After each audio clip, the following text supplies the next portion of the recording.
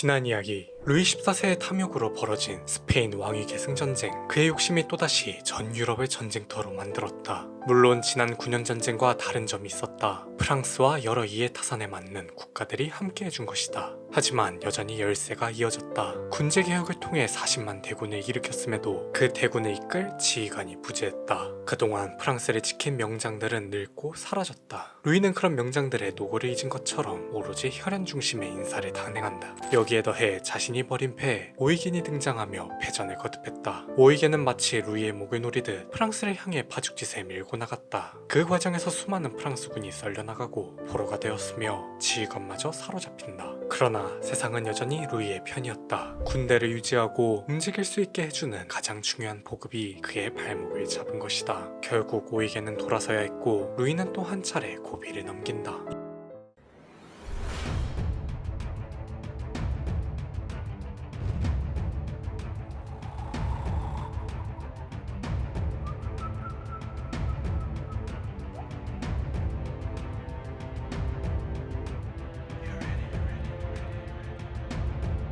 역사로 알아보는 경제 이야기, 방점의 경제사. 이미 온 유럽이 숫대밭이 되었습니다. 스페인도 내전에 휩싸였고 이탈리아, 네덜란드 곳곳에서 전투가 벌어졌죠. 지금까지의 전황을 지켜보던 루이는 결심해요. 절대 장기전만은 안 된다. 가까스로 돌려보낸 오이겐을 다시 보지 않기 위해서라도 얼른 전쟁을 종결하고 싶었던 겁니다. 그래서 1702년 제국을 관통해 레오폴트가 있는 비누로 진격할 계획을 세웠죠. 그는 자신이 있었어요. 왜냐하면 비누로 향하는 길목에 있는 바이에른이 프랑스 편이었거든요. 게다가 선제후 막시밀리안 2세도 작전에 함께하기로 했습니다. 이는 제국에게 청천벽력 같은 소식이었죠. 설상가상 헝가리에서도 반란이 일어나요. 만약 작전이 그대로 이루어진다면 제국은 전례 없는 위기에 직면할 게 뻔했습니다. 레오폴트는 즉시 오이겐을 불러들였죠. 질책할 때는 언제고 아쉬운이 다시 찾은 거예요. 레오폴트는 그간 서운했던 일들은 잊고 다시 한번 잘해보자며 그를 구슬렸습니다. 그도 어차피 황제와 계속 척을 져봐야 본인만 손해니 심기일전하는 마음으로 스스로를 다독였죠. 대신 얼마 전과 같은 일이 반복되어서는 안 되므로 제국전쟁 평의의 수장직에 올라요. 그리고 수장이 됨과 동시에 군을 개혁합니다. 루이가 그랬듯 군제 개혁을 통해 제국군의 인류로 만들고자 했죠. 그의 철학은 간단했어요. 기본만 하자, 군기를 다잡고 보급을 잘 챙겨주었으며 공운에 따라 포상을 내리는 등 어찌 보면 당연한 것들을 이행했습니다. 이는 그만큼 제국군이 막장이었다는 점과 과감한 개혁을 단행할 충분한 여유가 없었음을 의미했죠. 실제로 그는 프랑스군을 막기 위해 출전에 서둘러요. 사실 그는 자신이 없었습니다. 그가 아무리 뛰어난들 홀로 사방의 적을 막아내기는 역부족이었죠. 따라서 그는 자신의 운명을 건 도박을 해요. 그는 대뜸 존 처칠에게 구원 요청을 보냅니다. 당시 처칠은 네덜란드 전선에서 프랑스군과 대치하고 있었죠. 내 코가 석자인데 도와달라니 처칠은 딜레마에 빠져요. 양자택일. 그런데 둘 다 포기할 수 없는 전선임은 틀림없었습니다. 선택을 해도 문제였죠. 제때에 도착할 수 있을지조차 미지수였어요. 과연 그는 어떤 결정을 내렸을까요? 놀랍게도 처칠은 요청에 응합니다. 어차피 제국이 무너지면 모든 게 끝나는 것이었죠. 더욱이 프랑스도 빈 공략의 사활을 건 만큼 이를 저지하는 것만으로도 전쟁의 승기를 잡을 수 있었어요. 다만 자신이 대놓고 자리를 비울 수는 없으니 은밀한 작전을 준비합니다. 마치 죽은 공명이 산중달을 도망치게 했듯 획기적인 아이디어를 선보였죠. 그는 가장 먼저 아군인 네덜란드를 속여요. 안정적인 방어를 위해 부대 위치를 조정하겠다며 거짓말을 했습니다. 실제로 포병을 위주로 조정이 이루어졌죠. 그는 그 틈을 타 나머지 병력을 빼내 전선을 이탈했는데요. 굳이 포병을 두고 간 이유는 기동성 때문이었습니다. 아무래도 대포와 포탄 그리고 화약 등 주로 위험하고 무거운 장비들을 다루기에 급속 행군이 어려웠죠. 또 처칠이 자리를 비우면 제일 불안해할 곳은 네덜란드였어요. 네덜란드가 호들갑을 떨면 프랑스군이 눈치를 챌 수 있어 허수아비로 포병을 남겨둔 겁니다. 대신 아예 말을 하지 않을 수는 없으니 자신과 친분있는 극소수 정치인에게만 이 사실을 알렸죠. 결국 이 작전의 핵심은 아군과 적군 모두를 얼마나 잘 속이는지에 달렸어요. 적어도 포병인 처칠과 오이겐이 만날 때까지 버틸 수 있느냐가 최대의 관건이었습니다. 그는 확신이 있었죠. 그도 그럴 게 프랑스군에게는 어마어마한 문제가 있었거든요. 이 문제 또한 루이 때문에 생겨난 것이었습니다.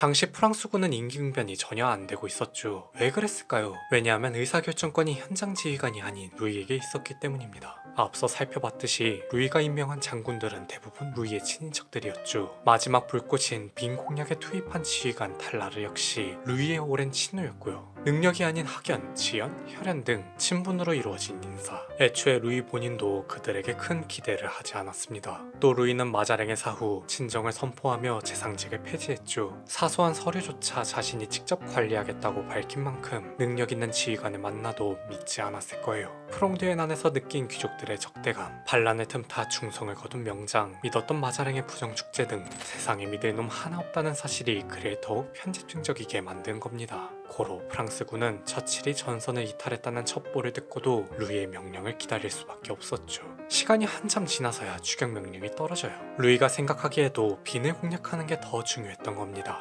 진작 네덜란드를 밀고 들어갔어야 처칠의 발을 묶을 수 있었을 텐데, 하지만 이제 와서 후회한들 이미 때는 늦었죠. 결국 플랑드르의 프랑스군은 부랴부랴 남하하기 시작합니다. 덕분에 안전해진 네덜란드는 도리어 처칠에게 지원을 보내요. 프랑스군이 추격해온다는 소식에 처칠은 다시 한번 기만 전술을 펼쳤죠. 바로 오이겐에게 합류하는 것이 아닌 빈으로 진격 중인 프랑스군의 후미를 공략하고자 스트라스부르로 향한다는 소문을 흘립니다. 프랑스군은 또다시 그에게 끌려다녀요. 드디어 처칠은 오이겐을 만났죠. 무려 3주 만에 약 500km를 주파했습니다. 이는 분명 엄청난 속도예요. 게다가 출발할 땐 2만이 조금 넘는 병력이었는데요. 오는 동안 여러 부대를 만나 4만에 달하는 규모로까지 불어났죠.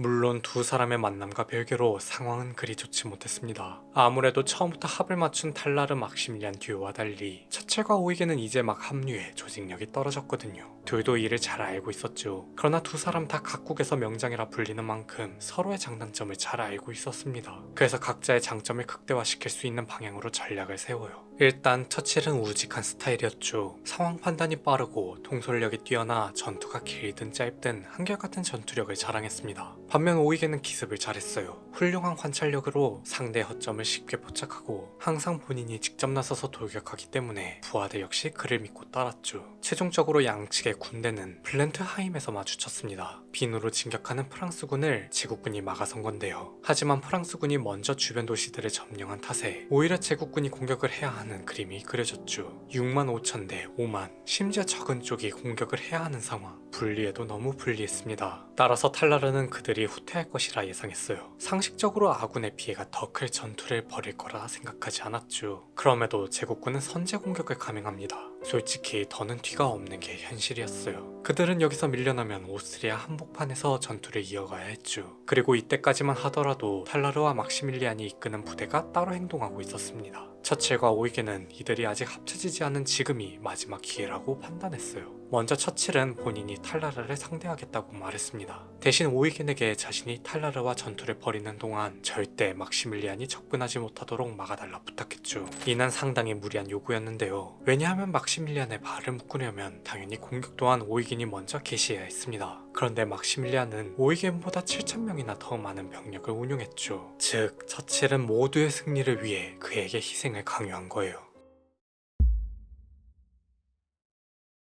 오이겐은 기꺼이 그의 제안에 수락합니다. 본인도 그의 제안이 유일한 대안이라는 걸 납득했기 때문이죠. 전투는 무려 6km나 되는 긴 전장에서 펼쳐져요. 제국군은 아직 날이 밝지 않는 새벽에 움직였습니다. 그때는 안개가 자욱해 자신들의 움직임을 숨길 수 있었죠. 마침내 양측의 선발대가 교전을 벌였고 예상대로 짙은 안개는 비아 식별을 어렵게 했어요. 탈라르는 선발대가 교전하는 소리에 미소를 지었습니다. 적들이 뇌르틀링겐으로 퇴각을 하다가 우연히 전투가 벌어졌다고 생각했죠. 그래서 기병대로 하여금 추격을 지시해요. 그러나 점점 날이 밝으며 그는 자신이 오판했음을 깨닫습니다. 적들이 도망을 가긴커녕 바로 앞에 강 건너까지 밀고 온 거죠. 탈라르는 급하게 전열을 가다듬고 추격을 보낸 기병대를 불러들였는데요. 그동안 처칠은 신속하게 강을 건넜습니다. 한편 오이겐은 약속대로 막시밀리안과 부딪혔죠. 전 병력 총공세, 양측 너나 할 거 없이 모두가 목숨 걸고 싸워요. 전투 초반 프랑스군은 예상외로 선전해 보였습니다. 하지만 제국군이 돌격과 후퇴를 반복하며 끊임없이 두들기니 점점 밀려나기 시작했죠. 탈라르는 급한 대로 막시밀리안에게 지원을 요청해요. 문제는 이쪽도 곤란한 건 마찬가지였습니다. 오이겐이 집요하게 물고 늘어져 옴짝달싹 할 수 없었죠. 반대로 처칠도 오이겐에게 지원을 요청해요. 오이겐 역시 여유로운 상황은 아니었습니다. 그럼에도 그는 무리를 해서라도 응했죠. 왜냐하면 이 전투에서 승리하려면 탈라르를 확실히 꺾어야 했으니까요. 이 차이가 승패를 가릅니다. 탈라르의 부대 중 하나가 적의 지원군을 보자마자 전의를 상실하고 전장을 이탈했죠. 진영이 무너진 프랑스군은 속수무책당해요. 수많은 군인들이 도망치다 강에서 익사했고 탈라르는 붙잡혔으며 막시밀리안도 막는 길에 오릅니다.